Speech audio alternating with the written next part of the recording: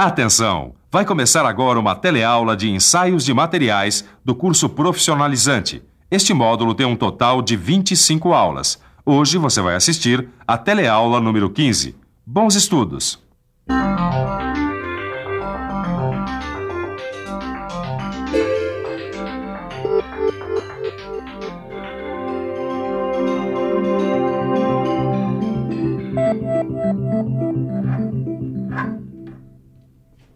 Puxa, muito bom, hein, Ananias?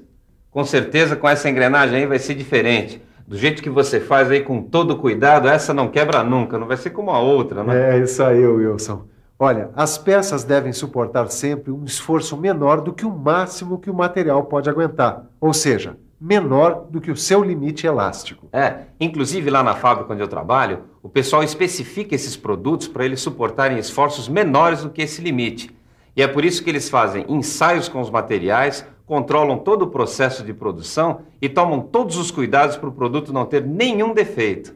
E apesar de todos esses cuidados, depois de um tempo em uso normal, de repente a peça pifa, falha sem mais nem menos. É verdade. Na teleaula de hoje, você vai ver que esta falha é típica de um fenômeno chamado fadiga. Vai aprender também como determinar a resistência à fadiga e o que pode ser feito para reduzir este problema. Se você também quer saber por que esta engrenagem vai durar mais do que a outra que pifou, não saia daí. A nossa teleaula está começando. Oi, já aconteceu das peças do seu carro quebrarem todas de uma só vez? Não, isso nunca aconteceu. Não, nunca aconteceu. Todas ao mesmo tempo, não. Oi, por favor, você saberia me dizer por que as peças de um carro não quebram todas de uma só vez? É que cada peça é diferente uma das outras e devido ao tempo de desgaste da peça, o tempo de vida útil é diferente de cada uma da peça. Obrigada. Para definir a duração da vida útil da peça é que existe um ensaio de resistência à fadiga. E este ensaio também serve para definir as aplicações de materiais para cada uma das peças. Caio, é melhor fazer ensaio com a própria peça, feita em condições normais de produção. Qualquer peça, Silvano. Molas, barra de torção, rodas de automóvel, pontas de eixo, vira-brequim são exemplos de algumas peças que costumam passar pelo ensaio de fadiga. Agora, se não der para fazer o ensaio com a própria peça, então nós usamos um corpo de prova padronizado. Tá, mas fadiga, o que é que significa fadiga, hein? Fadiga, Caio, é a ruptura de componentes sob uma carga bem abaixo da carga máxima suportada pelo material. Agora, isso acontece por causa das solicitações cíclicas repetidas, entendeu? Tá bom, eu só não entendi como é que acontece essa tal ruptura por fadiga, Silvano. Ela começa, Caio, a partir de uma trinca ou uma pequena falha superficial que se propaga e vai crescendo com as solicitações cíclicas.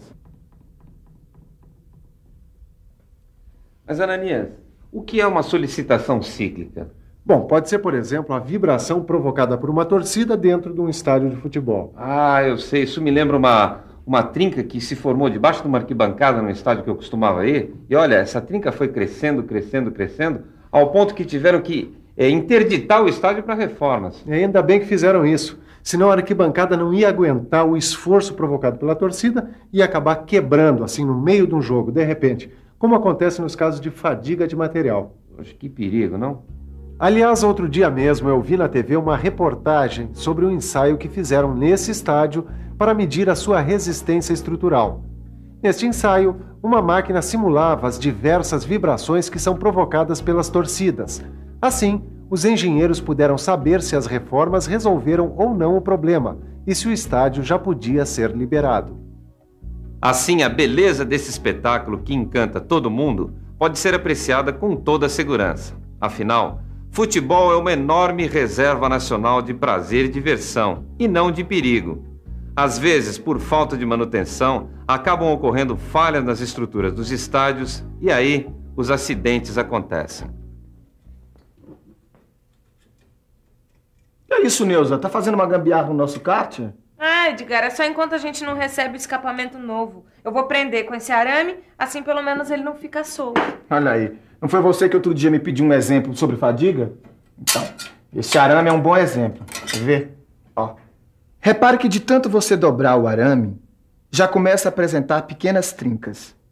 Quanto mais você dobra, a trinca aumenta e o arame se rompe. Acho que eu já entendi o que é fadiga, Edgar. E pelo jeito é importante mesmo conhecer a fadiga. Afinal, a maioria das falhas que acontecem nas peças em funcionamento são provocadas pela fadiga, certo? Certíssimo, Neuza. Foi o que aconteceu com o escapamento do nosso kart. Ele estava correndo bonitinho. De repente, sem mais nem menos, pimba. Quebrou o tubo e o escapamento ficou pendurado. Isso aconteceu porque o escapamento com a vibração do motor foi submetido a tensões cíclicas. No seu livro de estudos, você encontra a representação dos vários tipos de tensões cíclicas através de gráficos. Só que antes de você aprender a trabalhar com esses gráficos, meu Caio, você precisa conhecer os diferentes tipos de ensaios de fadiga. Eles são feitos cada um de uma maneira, dependendo, é claro, do tipo de solicitação que se queira aplicar. E quais são esses tipos, Silva? Torção, tração com pressão, flexão e flexão rotativa. E para cada um desses tipos, a gente faz um ensaio diferente, né? Exatamente. Agora, repare que essa máquina, ela é formada, ela é composta por um sistema de aplicação de cargas que permite alterar a intensidade e o sentido do esforço. Certo. Pô, tem esse contador aqui também, né? Ele serve para marcar o número de ciclos. Tá, e que tipo de ensaio de fadiga é esse aqui? É o de tração com pressão. Ele é feito em um corpo de provas como este, tirado de barras ou perfis metálicos. O corpo de prova é preparado de acordo com normas internacionais que especificam suas dimensões e acabamento superficial. Após preparado, o corpo de prova é fixado no atuador da máquina de ensaio. Os parâmetros para o teste são definidos de acordo com o tipo de material ou produto. Neste caso, o ensaio é de tração com pressão e o corpo de provas deve suportar no mínimo 10 milhões de ciclos sem se romper.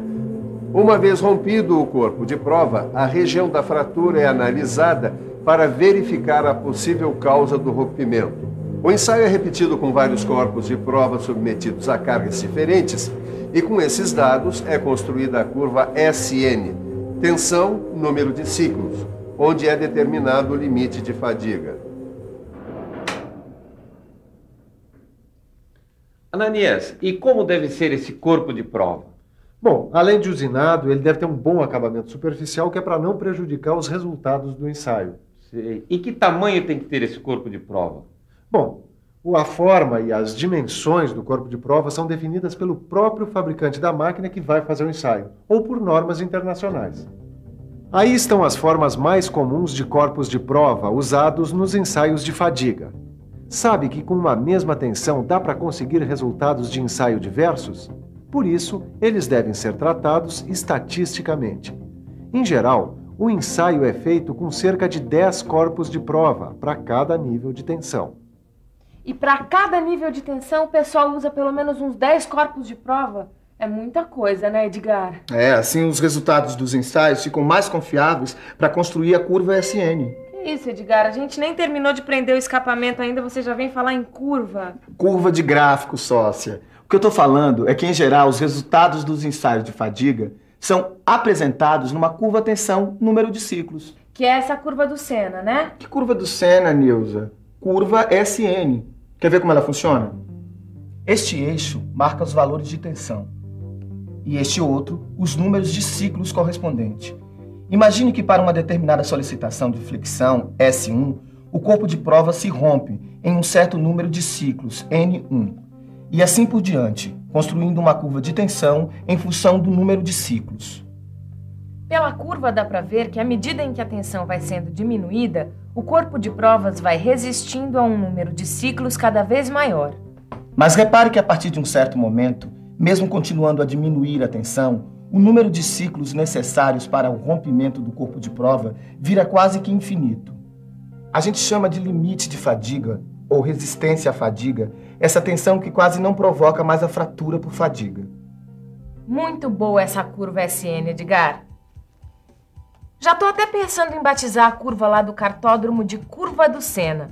Assim a gente homenageia ao mesmo tempo essa curva do ensaio de fadiga e o nosso maior piloto, o Ayrton Senna.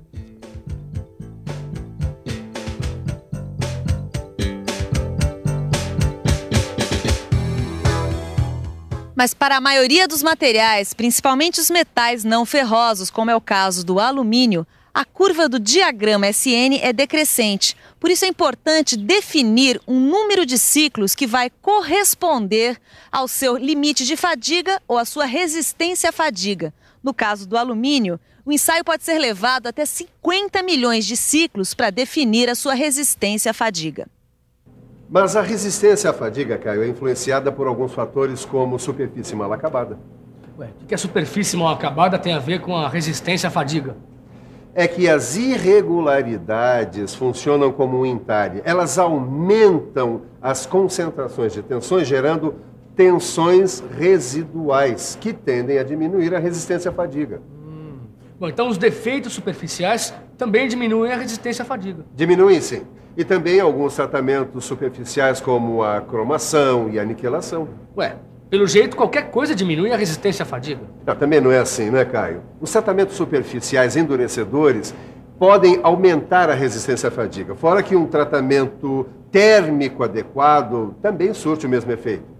Agora, a forma, sim, Caio, é um fator crítico, uma vez que a resistência à fadiga é muito afetada pelas descontinuidades nas peças.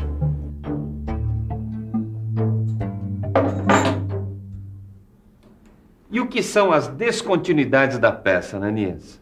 Bom, esse canto vivo aqui é um bom exemplo, assim como o encontro de paredes ou a mudança brusca de seções. Sei. E esse eixo aqui, ele não prova que também o meio ambiente influencia no limite da fadiga? Influencia muito. Afinal, a ação corrosiva de um meio químico acelera a velocidade de propagação da trinca. Mas não se preocupe não, Wilson. A resistência à fadiga sempre pode ser melhorada. Ah, é? E o que se deve fazer? Bom, evitar as concentrações de tensão. Não entendi. Olha aqui, ó. Nesse eixo aqui, esse rasgo de chaveta, por exemplo, é um bom exemplo. Como ele concentra tensões, ele diminui a resistência à fadiga. Certo. É por isso que os projetos devem prever tensões contrárias favoráveis, ou seja, opostas às tensões principais aplicadas. E como se faz isso? Através de processos mecânicos e térmicos ou similares. Alguns motores já usam esse tipo de compensação. Quais, Ed? Motores a diesel, por exemplo. É importante que você saiba que os materiais devem ser escolhidos pelos ciclos de tensões. Isso quer dizer que para as aplicações com baixas tensões cíclicas, onde a deformação pode ser controlada com facilidade, a preferência deve ser dada às ligas de alta ductibilidade. E para as aplicações com altas tensões cíclicas, com deformações cíclicas predominantemente elásticas, a prioridade deve ser dada às ligas com maior resistência mecânica. Agora se liga que é hora da revisão. E atenção, se liga aí que é hora da revisão. Na teleaula de hoje, você conheceu o ensaio de fadiga. Aprendeu como determinar a resistência à fadiga. E ainda viu alguns fatores de influência da resistência à fadiga. Se você quiser evitar problemas desagradáveis causados pela fadiga, pratique os exercícios que estão lá no seu livro de estudos. Mas não demora muito não, porque na próxima teleaula tem mais ensaios de materiais. Tchau. Até!